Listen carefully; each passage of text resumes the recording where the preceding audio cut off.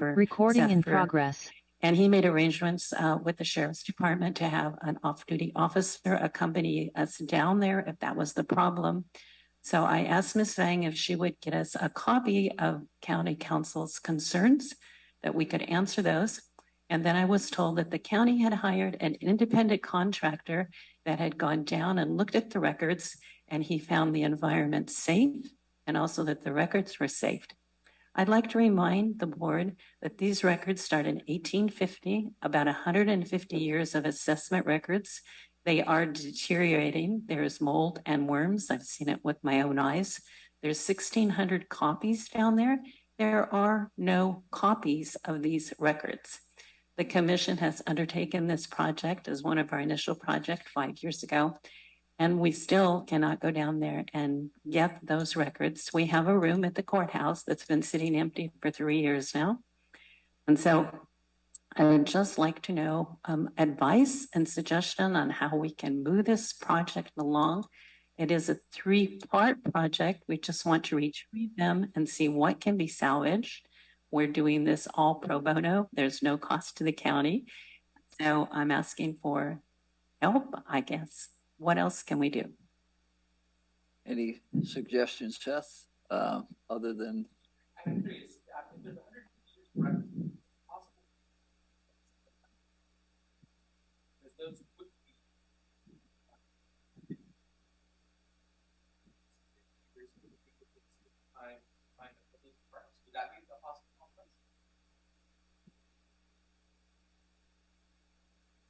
Records that are deemed confidential, in particular, juvenile records, juvenile probation records, they remain confidential.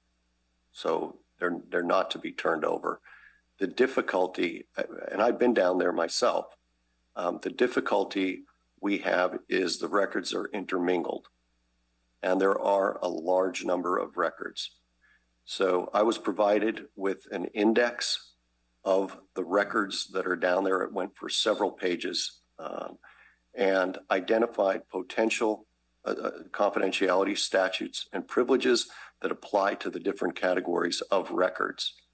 At this point, I have some further research to do regarding assessors' records, in particular working papers, and then I will report back to the CAO's office, and they can determine the next steps to be taken. Privilege doesn't expire at any point. 100 years at no point expires. Some privileges do. However, for juvenile records, they are only authorized to be released to listed categories of individuals or by court order.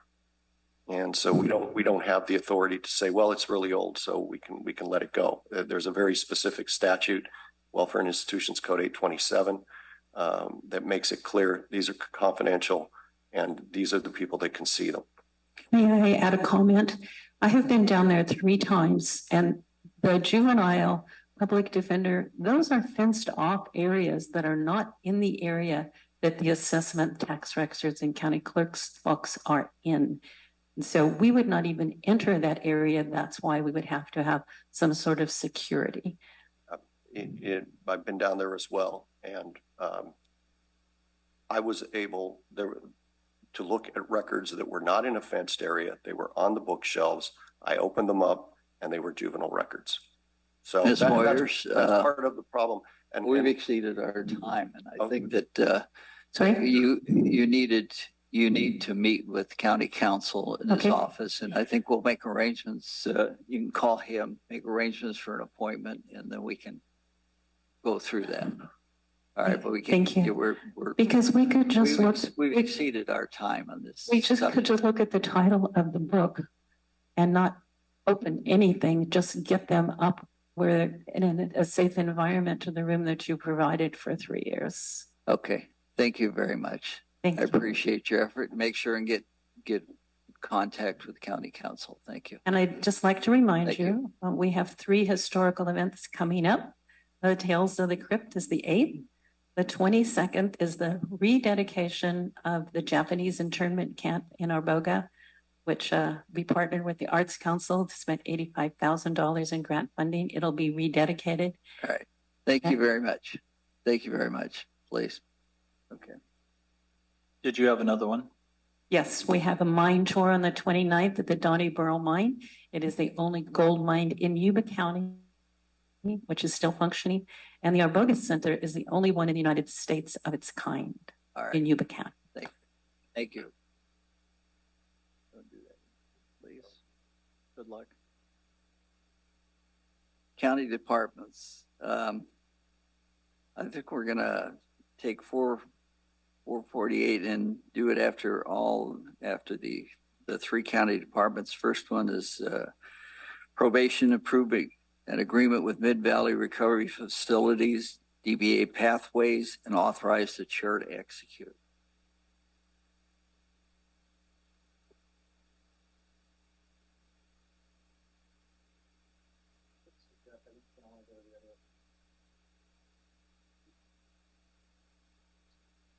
Thank you, thank you, thank you. No. Good morning, members of the board. My name is Jeff Pask with Yuba County Probation. I'm here seeking the board's approval for a contract between probation and Mid-Valley Recovery Facilities, better known as Pathways. If this is approved, it would secure treatment beds at Pathways for short-term residential substance abuse treatment for our clients who suffer from substance abuse addiction. In probation's experience, one of the major barriers our clients have in receiving the treatment that they need is their inability to fund the cost of said treatment, either out of pocket or through insurance.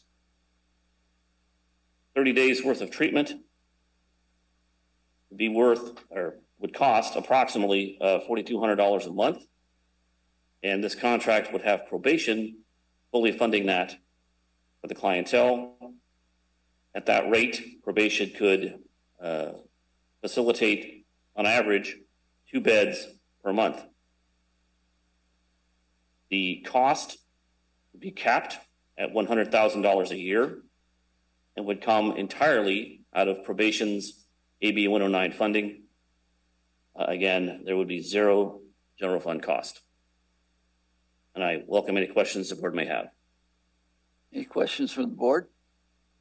Any questions from the public? All right, we'll bring it back to the board. Motion and a second. Roll call, please. Supervisor Vasquez? Yes. Supervisor Blazer? Yes. Supervisor Fuhrer? Yes. Supervisor Bradford? Yes. Supervisor Fletcher is absent. Motion passes. Thank you. Okay. All right, next item is Sheriff Corner. Ratify and approve the intergovernmental agreement with the U.S. Department of Justice, United States Marshal Service for the housing, care, and transportation of federal prisoners. Good morning, and thank you for hearing me. And members of the board, CAO, County Council, thank you. What I have before you today is just a request to ratify a contract between the Yuba County Jail and the U.S. Marshal Service, in which we would house their federal prisoners in our custody and provide transportation to and from court.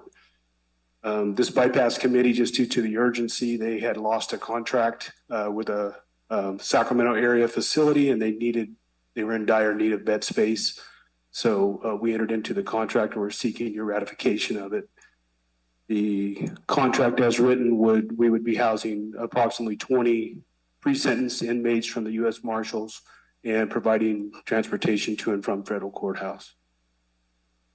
It's pretty straightforward, but I'll answer any questions that you may have. Through the chair. So is this similar to other contracts where we're guaranteeing the bed space, whether they use it or not? No, we would be paid per body, per bed, per day. There's no guaranteed minimum. You're referring to our contract with ICE, which we have a guaranteed minimum, and this is a different type of contract. Okay, but we are sort of guaranteeing up to 20 beds, though. Yes. Okay, We're guaranteeing them 20 beds. They're not guaranteeing us 20 bodies. right. So the contract is based on so much per body. Yeah, the contract, they would pay us $153.45 a day per individual that we have.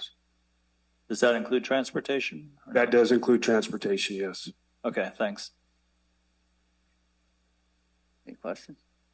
It is cost effective in our favor for this contract, I assume? Yes, absolutely. Would they have access to the same programs that are available to the current jail member population? Yes. Such as you have a unique system, I think, in there for high school GEDs. Yeah, the Office of Education, we have programming for GEDs, and that would be available to them. Yes, sir. Okay, great. All right. Any questions from the public? All right, bring it back to the board for a motion, please. Motion to approve. We have a motion and a second. Roll call vote, please. Supervisor Vasquez, Yes. Supervisor Blazer, Yes. Supervisor Fuhrer, Yes. Supervisor Bradford, Yes. Supervisor Fletcher is absent. Motion passes. Thank you. Thank you, Sheriff. Okay. Health and Human Services approve an agreement with Peachtree Healthcare for provision of testing, treatment, vaccination support for monkeypox.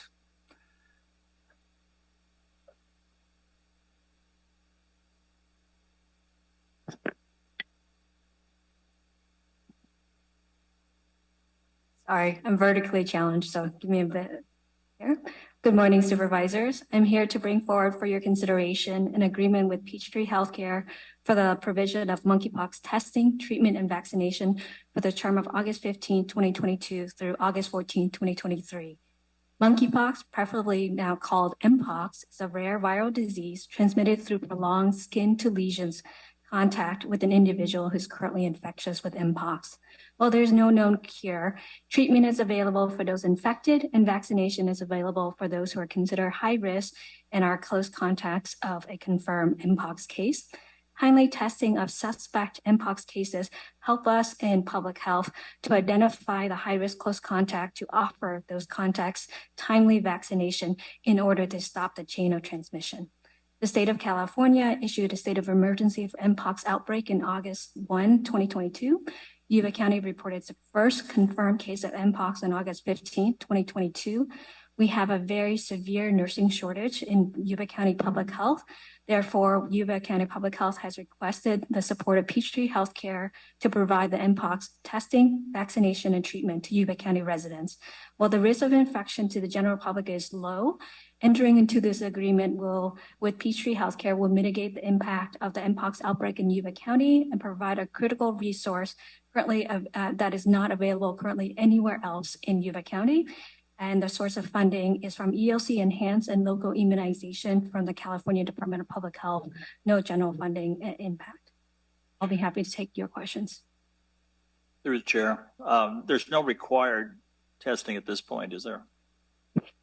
There's no required, meaning Vaccination, I mean. Yeah, there's no required vaccination, but we want to offer it to the high-risk close contact because we only have a 14-day window from last exposure to the confirmed case to be able to offer timely, efficacious vaccination. Thanks. All right. Any further questions from the board? Any further questions from the public? Back to the board. Sure. Motion to approve. Oh, Second. we have a motion and a second. Roll call vote, please. Supervisor Vasquez, Yes. Supervisor Blazer, Yes. Supervisor Fuhrer, Yes. Supervisor Bradford, Yes. Supervisor Fletcher is absent. Motion passes. Thank you. Motion passed. Okay. Item 449, Human Resources. Recommend approval of amendments to labor agreements with YCE. Jill. Good morning, Chair and members of the board. This morning, I am asking your approval to amend some of our labor agreements and to also recognize a similar dollar amount contribution for health insurance for unrepresented and management employees. So as your board is aware, CalPERS releases health insurance rates each year in June or July. This year, they released health insurance rates that were significantly higher than last year.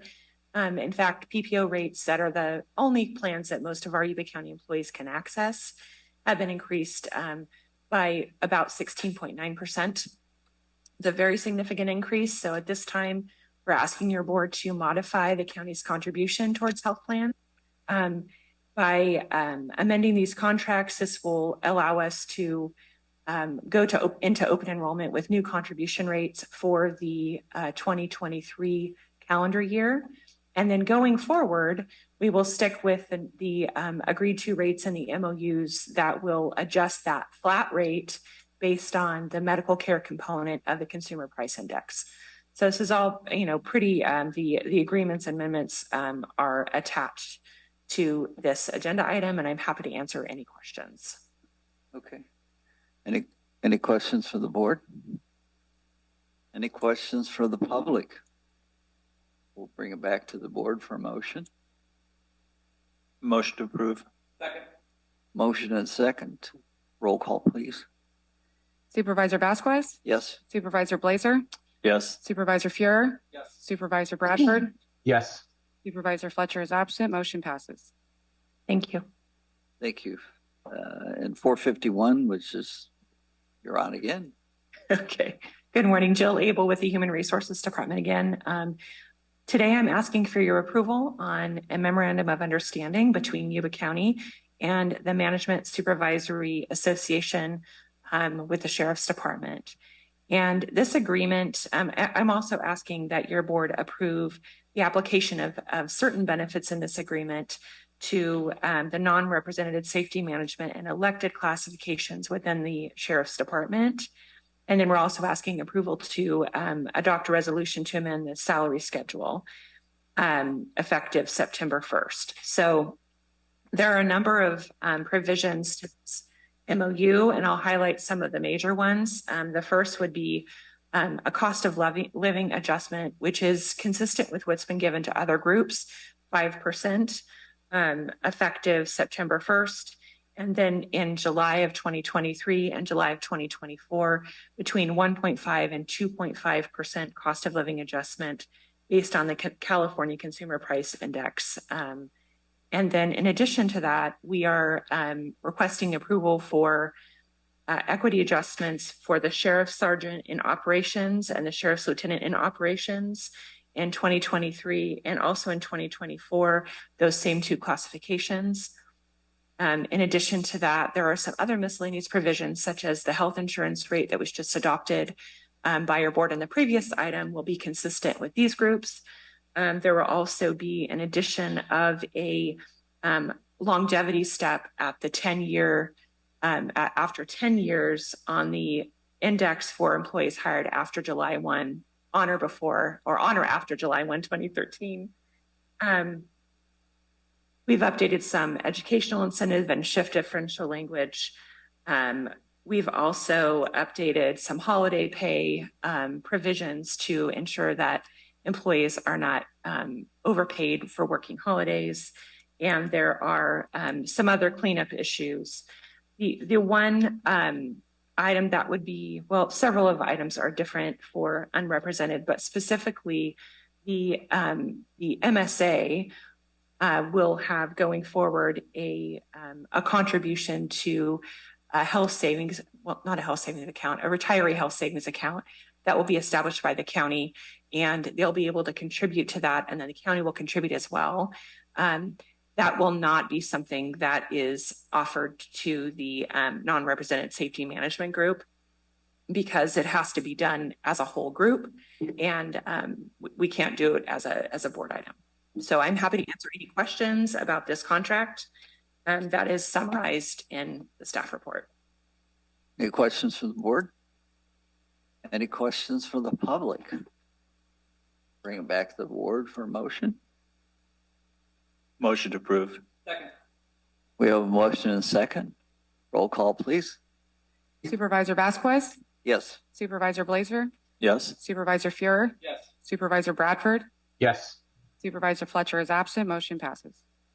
Thank you. Okay.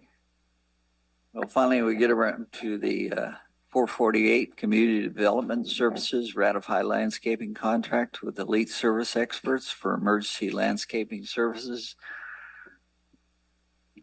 Yeah. Good morning. That's just touching the amount of information you're going to give us today.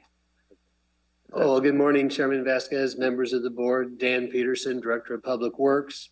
Very quick overview, CSA 66 and CSA 52 include maintenance of landscaping in Plumas, Lake Arboga, Edgewater areas.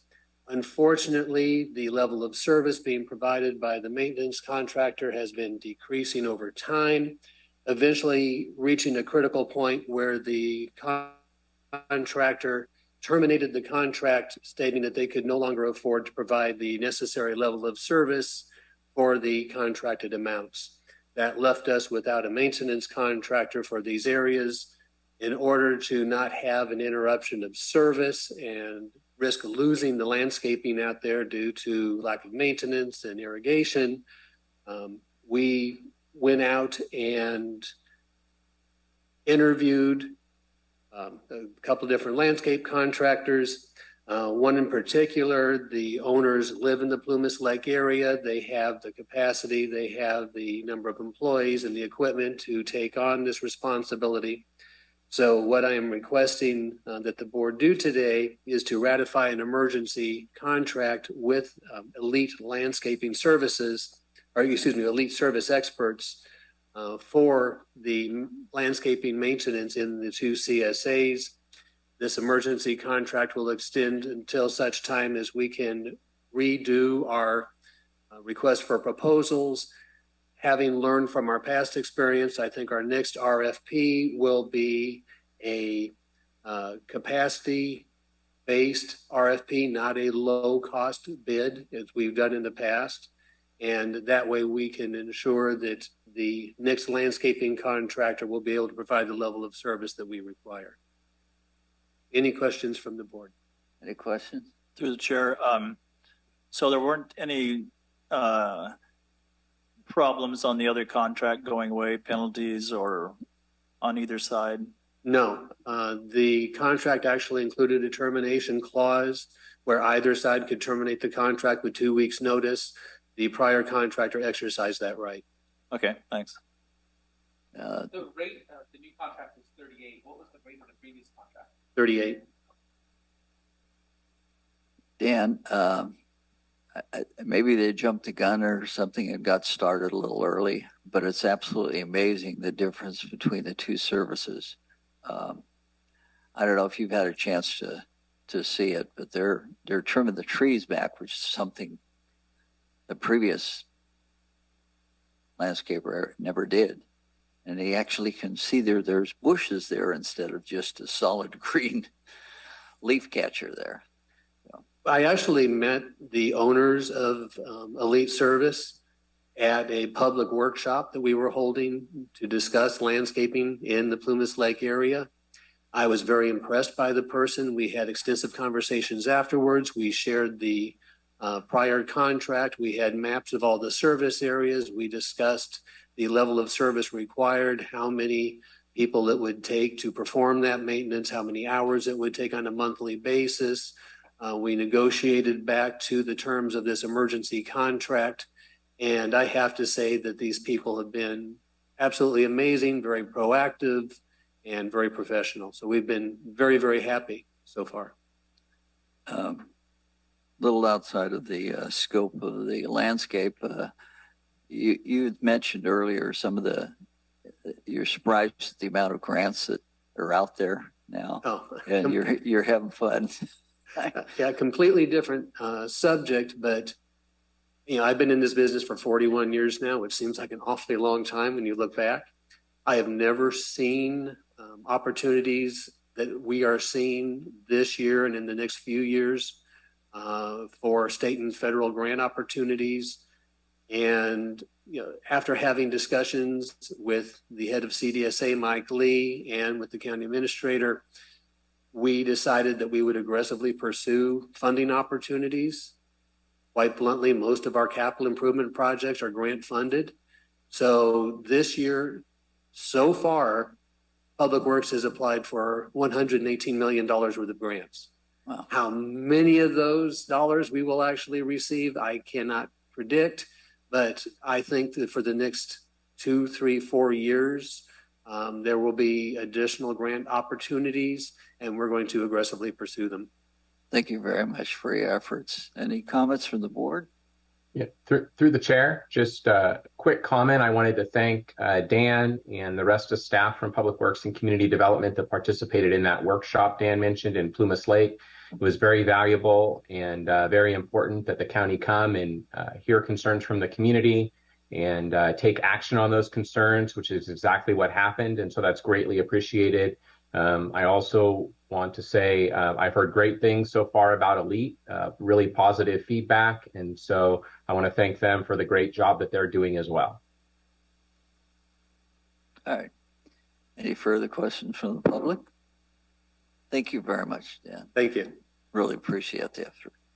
Thank you. Okay. You have to. I so move. We need move. Yes. Second. We have a motion and a second. Any questions to the public? All right. Roll call. Supervisor Vasquez, Yes. Supervisor Blazer, Yes. Supervisor Fuhrer, Yes. Supervisor Bradford, Yes. Supervisor Fletcher is absent. Motion passes. Thank you. Thanks. All right. Next item is ordinance and public hearing. County Administrator, you're on. Okay. Hold public hearing and receive presentation from the County Administrator's Office on the final budget for fiscal year 2022 to 2023 and approve the fiscal year 22-23 final budget in the amount of total operating funds in mass was $308,040,109. Airport Enterprise Fund, $2,577,601. Contributions to pension, $1,701,000 for cash flow purposes. Total internal service funds, $43,627,987. Okay, with that said, we'll open the public hearing and you get the floor. Good morning, Chair, members of the board. Kevin Mallon, Yuba County Administrator.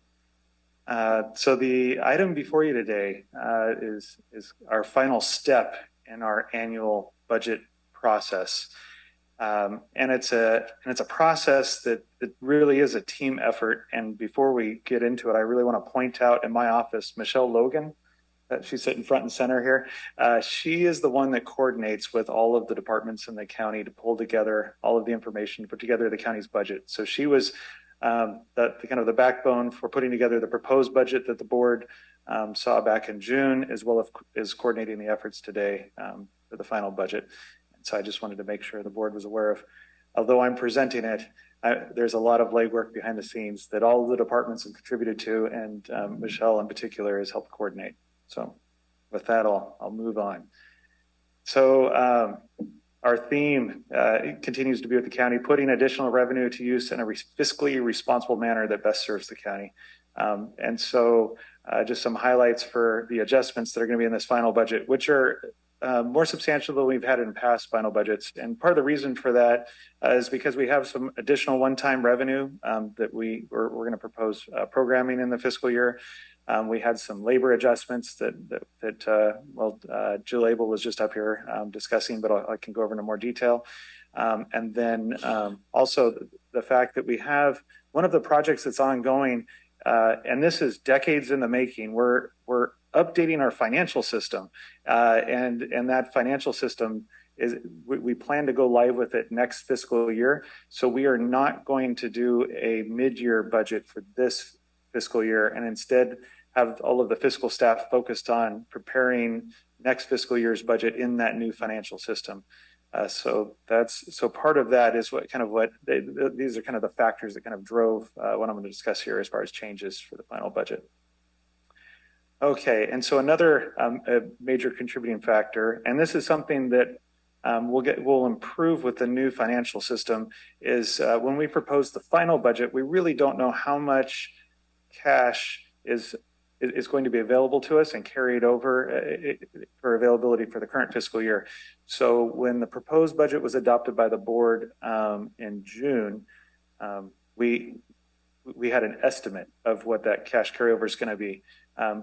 Once the books are closed, and this takes, frankly, a couple months after June 30th to finally get to the final number. And so our final number was $4.7 million higher than what we had assumed in the proposed budget. And so we're always conservative in that estimate. And in this case, we ended up with, there was a variety of reasons why we ended up with about the $4.7 million. We have a high rate of vacancy in the county still with our staffing. So there was a lot of, I guess you could call it cost avoidance, but it's unfortunate because that high rate of vacancy, we want to fill those vacant seats and provide a high level of service. But high vacancy rates, challenges with some of the things that we want to purchase. Everybody is still experiencing that even in your personal life. Things that are on back order for a long time. And so equipment purchases, et cetera, in the county that were not able to be realized last fiscal year. And then we had increased revenue. The assessor at the budget workshop talked to the board about just how much our property tax roll has been increasing. And it increased at a higher rate than actually one of the, I think, top 3 or 4 in the state. So by percentage. So anyway, so a little more property tax revenue coming in than anticipated as well. So with that said, that additional $4.7 million, as far as programming it as part of this final budget hearing, we're recommending that only about $1.2 million of it is going to be appropriated to kind of operations in departments, and that we set aside $1.7 million to handle our unfunded accrued liability associated with our pensions, and that and this would be something new for the county, that we don't appropriate just under $1.8 million, and we leave that as cash on hand in the general fund, and that will help the general fund cash flow through the years. Typically, the county appropriates all of the general fund, and we, as things ebb and flow as far as monthly costs and then monthly revenue coming in, the general fund will actually go negative at some points during the year, and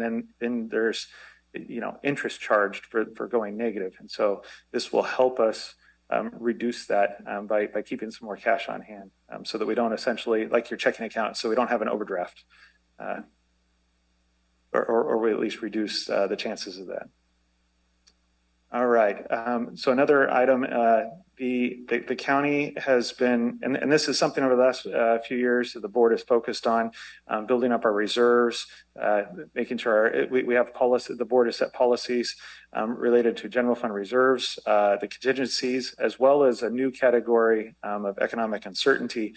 And so I proposed just minor adjustments to these based on some additional interest that's come in, because all of these amounts are above policy level currently. So we're in good shape financially as far as our savings. And then you'll see that new line on there as far as that $1.79 million that we would leave as far as cash on hand in our general fund account.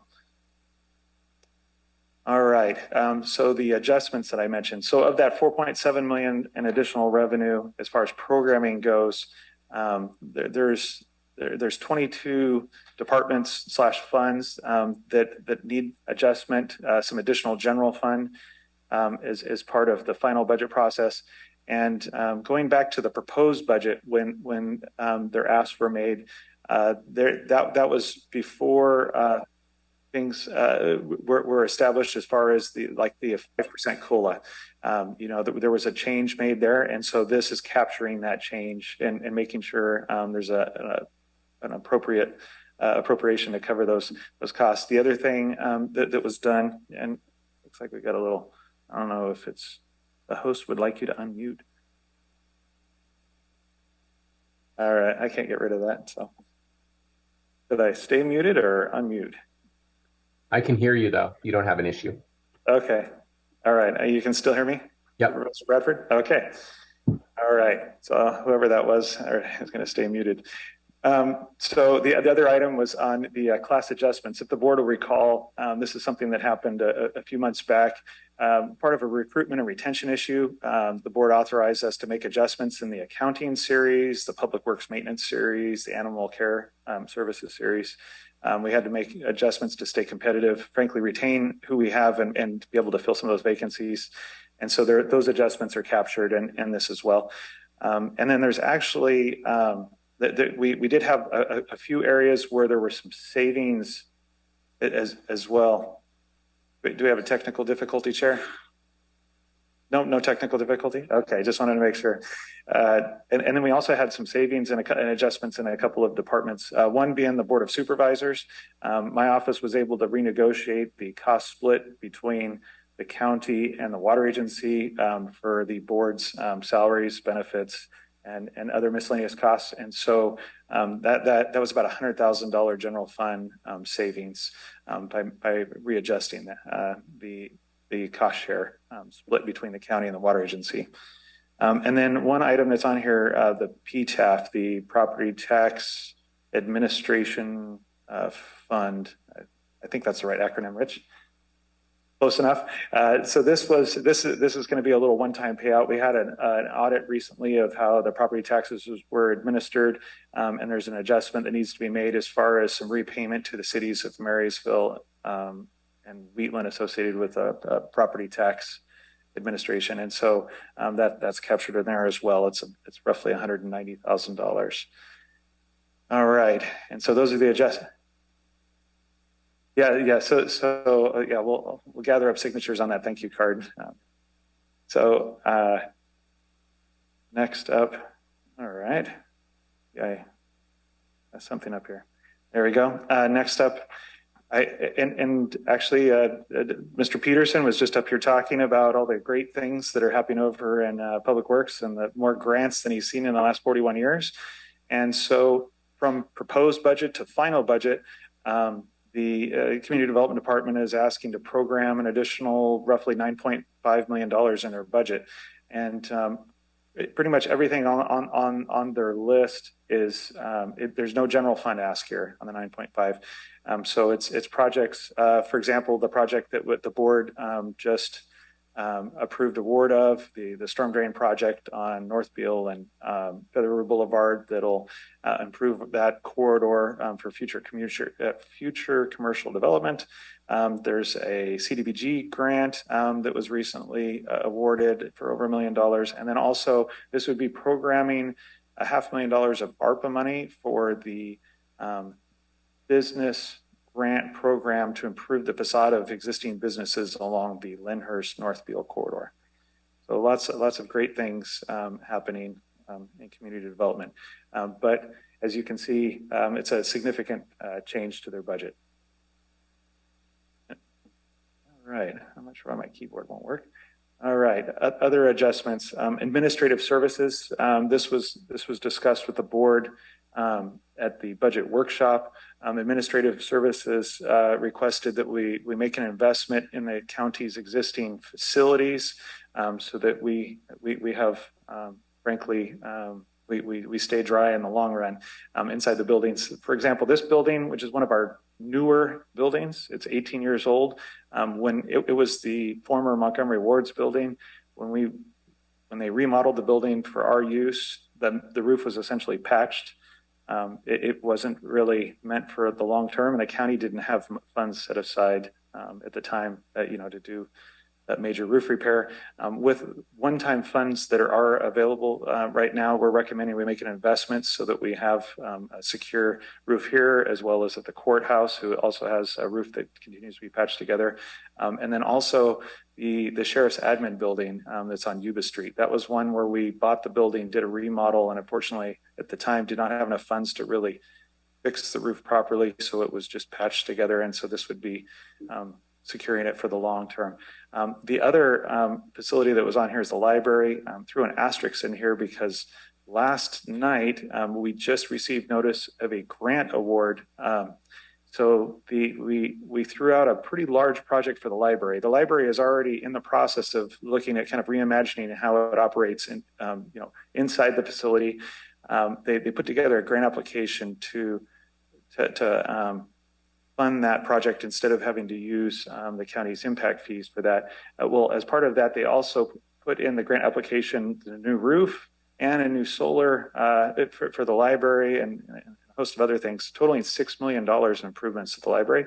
And last night we received notice of the grant award on that library project, which is huge. So that's exciting news for the county. So that'll be, although we're going to recommend we just approve the budget as is, there will be a kind of a savings there because the library roof portion of this is about $500,000. So we'll do a budget adjustment in the future to pull that back out once we bring forward the grant document for the library project. All right. So that's part of the admin services request.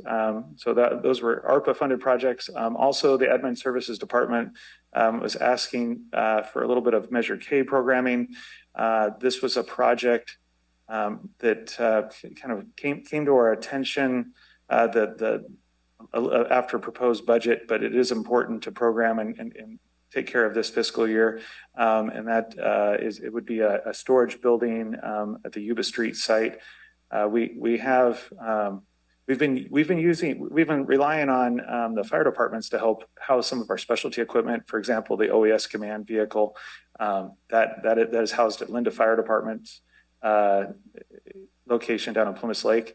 Well, as the fire departments grow, they no longer have space, and so we were notified that they no longer have space for some of this county equipment, and we need to find an indoor storage location. So we're proposing to build a storage building at the Yuba Street site. And then also, this is something that came up after the proposed budget, is the availability of a lot that's on 6th Street, across the street from the courthouse. And this was in order to kind of secure additional space for the operations there at the jail, courthouse, probation, et cetera. And then finally, a PSPS grant became available. This would be for a backup generator system at Animal Care Services, but it is also tied to enhancements that are going to be funded as part of under the sheriff's category here for future enhancements at Animal Care Services, so we can keep up with the demand there, and then also kind of expand the capabilities of that location for emergency response in the future. All right, some non-general fund adjustments. Health and Human Services has about $1.2 million in adjustments they've requested, broken up between the employee costs and then under services and supplies, some necessary adjustments they need to make at the facility itself to secure vehicles and a few other items. And then the Yuba County Airport has secured some additional funding through FAA to do a couple of projects out there that total a little over $200,000 that need to be adjusted in the budget.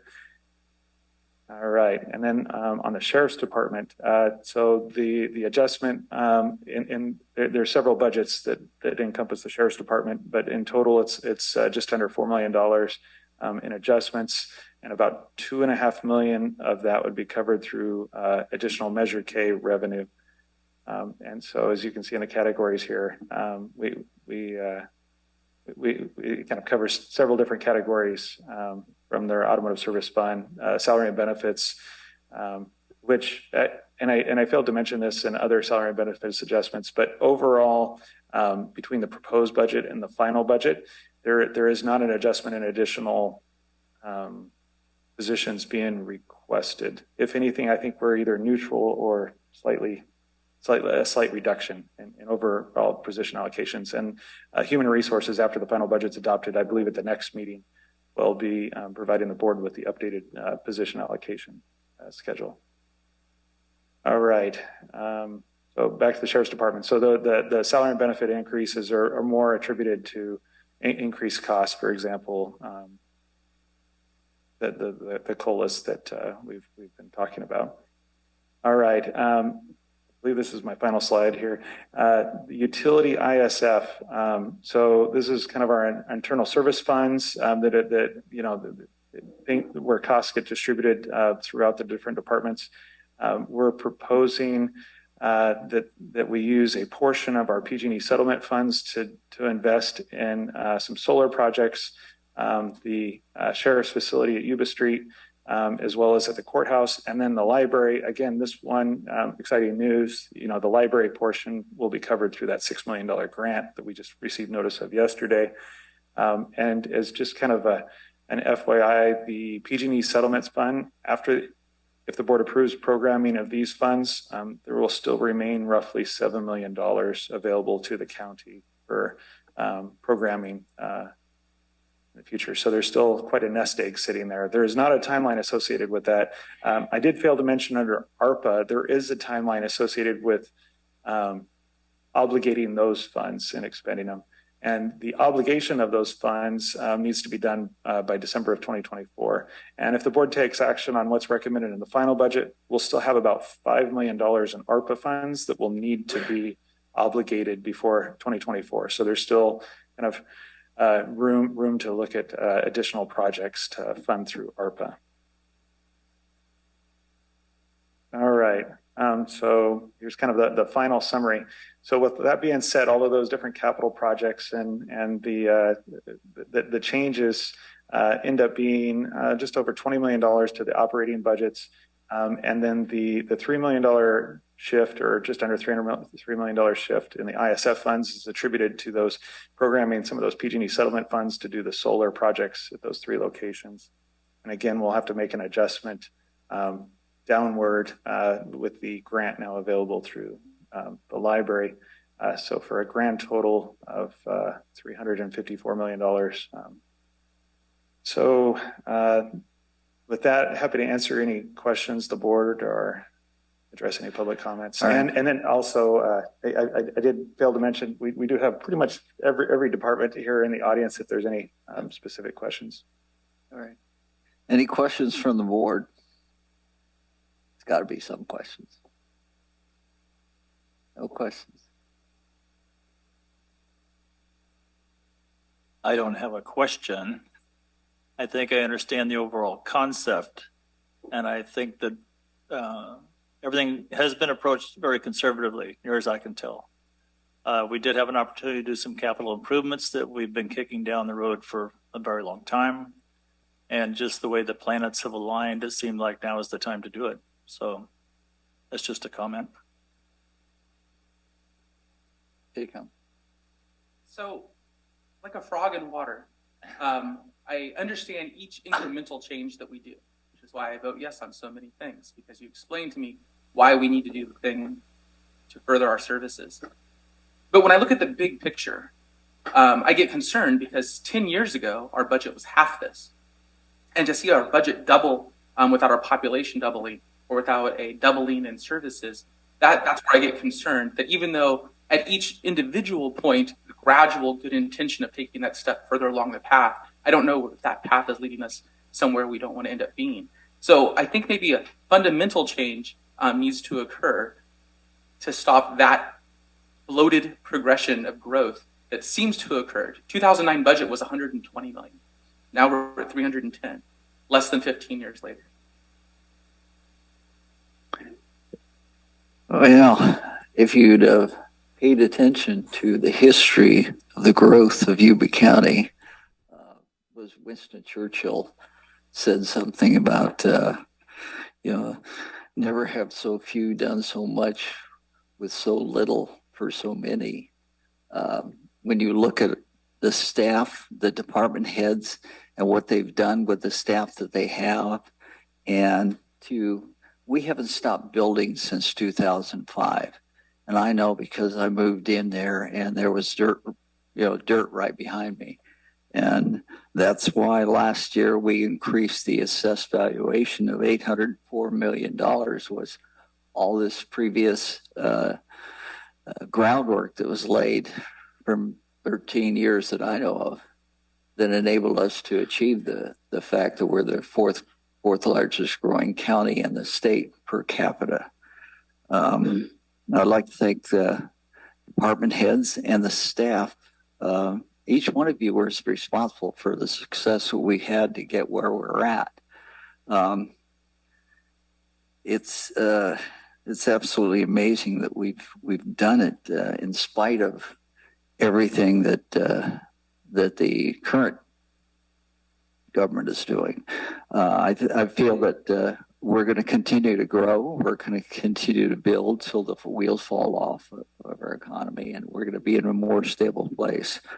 You know, it didn't happen overnight. It took a lot of time and a lot of effort from a lot of people that made this happen.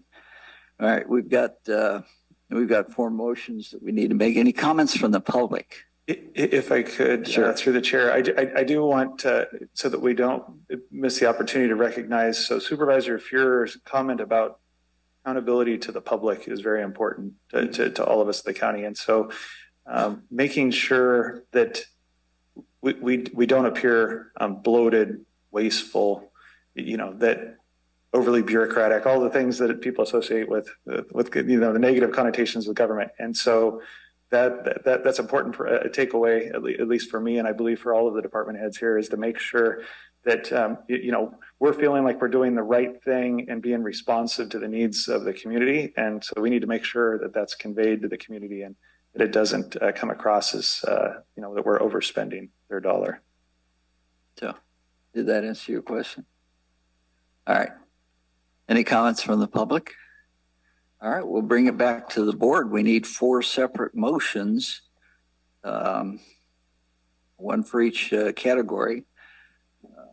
We'll entertain first motion for operating funds of $308 million and 40,109. So if I could, through the chair, and it was attached as part of the package. What's referenced here, the operating funds that total $308 million. There were in the handout. It was kind of a breakdown of that $308 million, all of the different operating funds that are associated with that, and they can all be enacted on in one motion, which would in total be the $308,040,109. County Council, is there anything else I need to clarify on that? No, sir, that's correct. So you're saying we can do this in one motion? I think you can do the entire item in one motion so long as you articulate each of those 4 categories in that motion. So this requires reading. A little bit, yeah. Okay, all right. Do we have a motion here?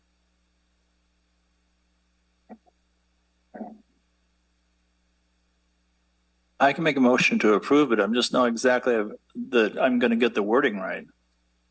It's right there on the agenda. May I suggest? Yes, County Council, if you want to. If it would be a motion to approve the fiscal year 2022-2023 final budgets, A, total operating funds and mass $308,040,109. B, airport enterprise funds, $2,577,601. C, contribution to pension UAL, $1,701,000 for cash flow purposes. D, total internal services funds in the amount of $43,627,987. That would be your motion, if you're willing to adopt that language. Motion to approve as read. Bradford will second. All right. Roll call vote. Supervisor Vasquez, Yes. Supervisor Blazer, Yes. Supervisor Fuhrer, No. Supervisor Bradford, Yes. Supervisor Fletcher is absent. So what now, Coach? All right. Well, thank you, Board. County Council, any comment? I know we referenced the item as a 4/5 in the agenda item, but that there was a that arose from last year when there was a mid-year adjustment. There was a question as to whether it could be done by majority vote or by 4/5.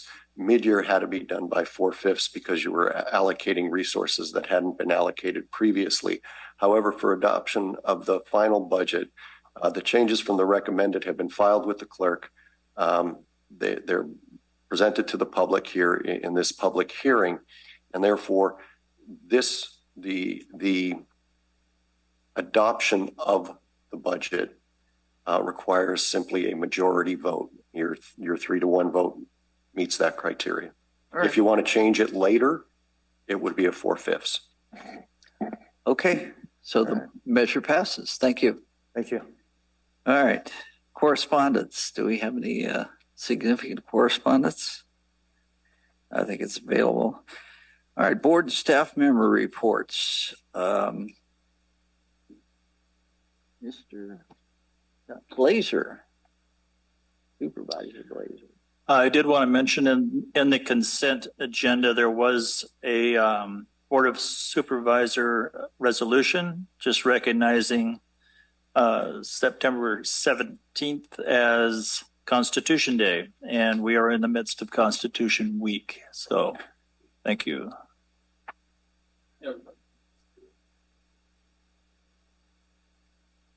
I think I pretty much said everything. It's absolutely unbelievable that we have an assessed valuation increase of $804 million, which tells me that somewhere along the way, working together as a team, we got things done. And I thank staff and all department heads for that. It's quite a budget surplus. Kevin, do you have any comments? Yeah, and I'm not sure. So Supervisor Bradford, if he has any comments on Zoom. Forgot all about you, Gary. Sorry about that. No problem. I don't have any comments this time. So wait a minute. Let me mark no. So my only comment, and it's to address the public comment that was made by Sue, and we really do applaud volunteerism such as Sue. You know, she's very passionate about driving that mission there with the Historic Commission. Now, one thing that as my office has worked with County Council's office on that is really the way the ordinance was written. It's really an advisory commission, not really an implementation commission, right? They're supposed to advise on and recommend to the board projects that should be done the way it looks like by others. And so recognizing that, my office has been reaching out to other nonprofits, and I think we found a nonprofit that will be a good fit for implementation of historic projects recommended by the Historic Commission. And so that item, I'm looking to Sean here, will be actually next board item or next. Okay, so on the 27th, we'll be presenting an item that would put in place an agreement with one of our nonprofits in the area that we could then have, when the Historic Commission is recommending a project be implemented, the board could take that under advisement and then direct that work back through this nonprofit. And again, the volunteers that are part of the Historic Commission, if they want to volunteer under that nonprofit and implement that project, that's great, but it won't be the Historic Commission itself, or at least that's what our recommendation will be, actually implementing the project. Another example of Yuba County progressiveness as far as getting things done. We don't talk about it, we do it. Thank you. All right, County Council? I actually do have something. If you go to our county website, the bottom right-hand corner of it, you can now submit, or members of the public can now submit Public Record Act requests online. We have implemented a Public Record Act software system. So the public can start using that immediately. And we'll use that to help expedite responses to those Public Record Act requests. Is that why we didn't see Charles? All right. Do you have anything you'd like to say? Oh. All right. That being said, I think it's time to adjourn. Yep. Oh, I'm sorry. I thought I skate through. 11 o'clock, we're going to have a 5-minute break. To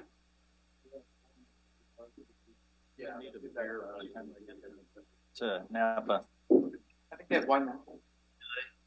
We got around it, didn't we?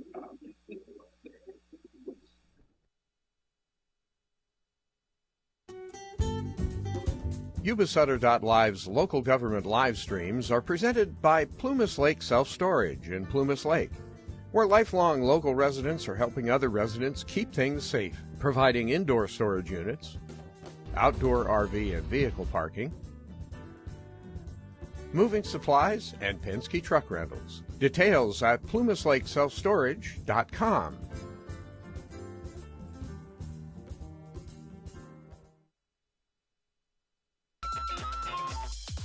Skip's Marysville Music Cafe, with lessons, in person and personalized.